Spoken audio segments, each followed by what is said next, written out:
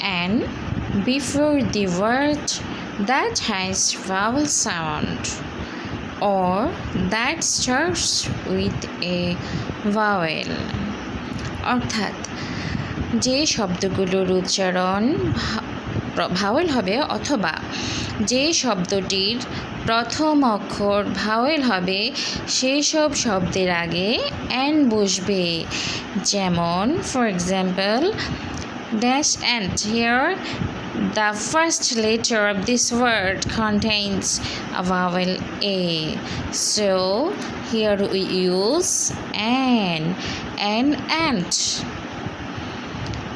Back, this the first letter is B, so the word doesn't contain vowels, so here we use only A, not an.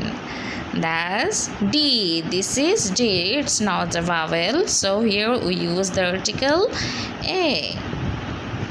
All, O, this is a vowel, so we use an here. This is umbrella. The first letter of this word is U, that is vowel, so here we use the article an. A piece of paper, the first letter of this word is not vowel, so we use the article A here. A piece of paper. Eagle, the first letter of this word is E, that is a vowel, so use the article an here.